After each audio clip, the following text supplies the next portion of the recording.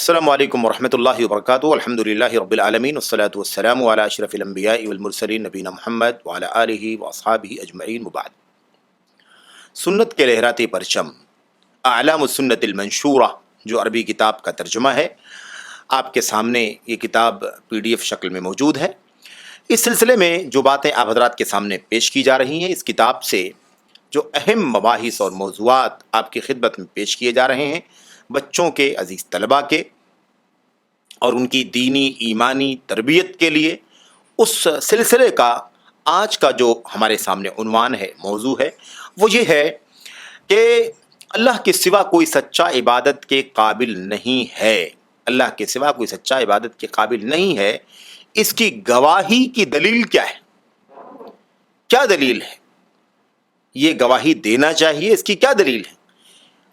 ہم لا الہ الا اللہ محمد رسول اللہ پڑھتے ہیں، اشہد ان لا الہ الا اللہ واشہد ان محمد رسول اللہ بولتے ہیں، اشہد ان لا الہ الا اللہ واشہد ان محمد عبدہ ورسولہ ہم کہتے ہیں، لیکن دلیل کیا ہے کہ یہ گواہی دینا چاہیے؟ یہ گواہی دینا ضروری ہے، اس گواہی کے بغیر ہم مومن مسلمان نہیں ہو سکتے۔ تو لا الہ الا اللہ کی بات چل رہی کہ لا الہ الا اللہ کی گواہی کی دلیل کیا ہے؟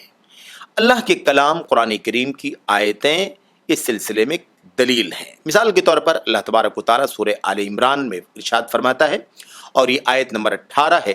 اللہ فرماتا ہے شہید اللہ انہ لا الہ الا ہوا والملائکۃ واولو العلم قائما بالقسط لا الہ الا هو العزیز الحکیم۔ اللہ تبارک و تعالیٰ فرماتا ہے شہید اللہ تبارک و تعالیٰ نے گواہی دی، اللہ نے خود گواہی دی ہے، کس چیز کی؟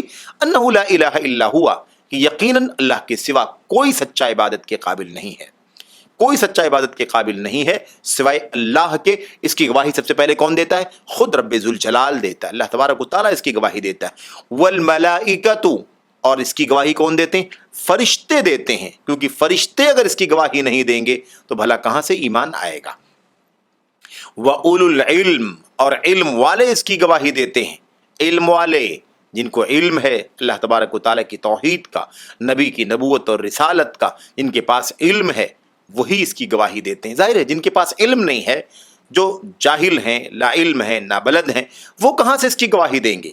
اسی لیے کوئی بھی کتنا بھی بڑا اپنے آپ کو نالجبل سمجھتا ہو، علم والا سمجھتا ہو، اگر وہ اس کی گواہی نہیں دیتا ہے، وہ اللہ تبارک و تعالیٰ کو سچا تنہا عبادت کے قابل نہیں مانتا ہے، اور دنیا کی ساری چیزوں کا علم ہے اس کے پاس، تو ایسا شخص اللہ تبارک و تعالیٰ کی نگاہ میں علم والا نہیں ہے، کیونکہ علم والے جو ہیں وہ اللہ تبارک و تعالیٰ کی وحدانیت کی گواہی دیتے ہیں۔ اللہ خود فرماتا ہے، اس سے علم والوں کی فضیلت ظاہر ہوتی ہے کہ علم والوں کو اللہ تبارک و تعالیٰ نے، علماء کو، علم والوں کو اللہ تبارک و تعالیٰ نے اپنا تذکرہ فرمایا، فرشتوں کا تذکرہ فرمایا کہ اللہ خود گواہی دیتا ہے توحید کی، فرشتے گواہی دیتے ہیں اللہ کی توحید کی، اور ان کے ساتھ میں اللہ نے کس کا ذکر فرمایا؟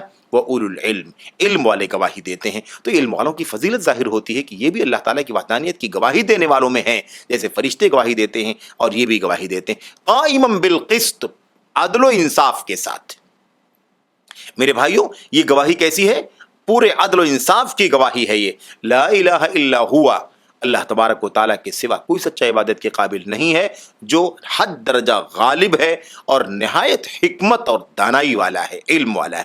تو میرے بھائیوں، میرے بزرگوں اور عزیز بچوں، خاص طور پر آپ دیکھیں، یہ دلیل ہے ہمارے پاس کہ ہمیں اللہ تبارک و تعالیٰ کے سوا کوئی سچا عبادت کے قابل نہیں ہے، اس کی گواہی دینا پڑے گا۔ دلیل اللہ گواہی دیتا ہے، فرشتے گواہی دیتے ہیں، اہل علم گواہی دیتے ہیں، تو ہمیں بھی گواہی دینا۔ ایسے ہی اللہ تبارک و تعالیٰ فرماتا ہے اپنے نبی صلی اللہ علیہ وسلم کو حکم دیتے ہوئے، فَاعْلَمْ أَنَّهُ لَا إِلَٰهَ إِلَّا اللَّهُ وَاسْتَغْفِرْ لِذَنبِكَ وَلِلْمُؤْمِنِينَ وَالْمُؤْمِنَاتِ۔ اللہ تبارک و تعالیٰ فرماتا ہے آپ جان لیجئے، آپ علم حاصل کیجئے، أَنَّهُ لَا إِلَٰهَ إِلَّا اللَّهُ، کہ اللہ کے سوا کوئی سچا عبادت کے قابل نہیں۔ آپ دیکھ رہے ہیں اللہ تبارک و تعالیٰ خود نبی کو حکم دیتا ہے کہ آپ جانیے کہ اللہ کے سوا کوئی سچا عبادت کے قابل نہیں، یعنی جانیے اور جان کر کے گواہی دیجیے کہ اللہ کے سوا کوئی سچا عبادت کے قابل نہیں ہے۔ ایسے ہی اللہ تعالیٰ فرماتا ہے وَمَا مِنْ إِلَٰهٍ إِلَّا اللَّهُ، اللہ تبارک و تعالیٰ کے سوا کوئی سچا معبود نہیں ہے۔ تو یہ سورہ اس سے پہلے والی جو آیت کریمہ ہے وہ سورہ محمد کی آیت نمبر 19 ہے، اور اس کے بعد والی آیت کریمہ سورہ آل عمران آیت نمبر 62 ہے۔ ایسے ہی اور بھی دلیلیں ہیں، مصنف نے مزید 2 دلیلیں یہاں ذکر کی ہیں، بطور مثال ان کا بھی تذکرہ آپ کے سامنے کیا جاتا ہے۔ اللہ تعالیٰ فرماتا ہے مَتَّخَذَ اللَّهُ مِن وَلَدٍ مَتَّخَذَ اللَّهُ مِن وَلَدٍ وَمَا كَانَ مَعَهُ مِنْ إِلَٰهٍ، اللہ تبارک و تعالیٰ نے کوئی اولاد نہیں بنائی ہے، یعنی اللہ کے پاس کوئی اولاد نہیں کہ اللہ نے اپنی کوئی اولاد رکھی ہو، بنائی ہو۔ وما کان معہ من الہ، اور اللہ تبارک و تعالیٰ کے ساتھ کوئی معبود نہیں، اس کا کوئی ساتھی نہیں ہے۔ اللہ تبارک و تعالیٰ تنہا سچا معبود حقیقی۔ آپ دیکھیے اس آیت کریمہ کے اندر بھی اس بات کی وضاحت ہے کہ یہی گواہی دینا ہے کہ اللہ تعالیٰ کے سوا کوئی سچا معبود حقیقی نہیں ہے۔ ایسے اللہ تعالیٰ فرماتا ہے قل لو کان معہ من الہ قل لو کان معہ آلہۃ کما یقولون اذا لابتغوا الی ذی العرش سبیلا، سورہ بنی اسرائیل میں، سورہ اسراء میں آیت نمبر 42 اللہ تعالیٰ ارشاد فرماتا ہے اے اللہ کے نبی آپ کہیے لو کان معہ آلہہ، اگر اللہ تبارک و تعالیٰ کے ساتھ دیگر معبودان ہوتے، کما یقولون جیسے کہ یہ مشرکین کہتے ہیں، جیسے یہ کفار کہتے ہیں، جیسے یہ کہتے ہیں کہ اللہ تعالیٰ کے سوا اللہ تعالیٰ کے ساتھ اور بہت سارے معبودان ہیں، لات ہیں، منات ہیں، عزا ہیں، ہبل ہے مثال کے طور پر، یا ایسے ہی شروع میں ود، سوا، یغوث، یعوق، نصر ہیں۔ آج بھی دنیا کے اندر بہت سارے ایسے مزارات ہیں، قبریں ہیں، یا ایسے ہی مورتیاں ہیں، دیوی دیوتا ہیں جن کو لوگوں نے اللہ تعالیٰ کے ساتھ معبود بنا رکھا ہے۔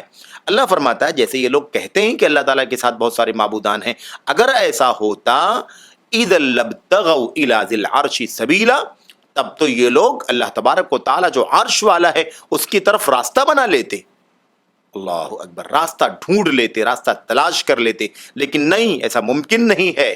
اللہ تبارک و تعالیٰ تنہا ہے، اکیلا ہے، واحد الاحد ہے میرے بھائیوں۔ تو اللہ تبارک و تعالیٰ نے ان آیتوں میں کیا بتایا؟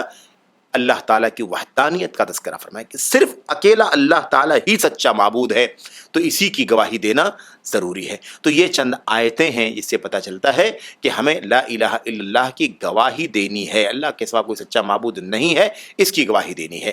تو اللہ سے دعا کرتے ہیں کہ اللہ تبارک و تعالیٰ ہمیں ان باتوں کو سمجھنے کی توفیق عطا فرمائے اور ان باتوں پر عمل کرنے کی توفیق عطا فرمائے، آمین یا رب العالمین۔ السلام علیکم ورحمۃ اللہ وبرکاتہ۔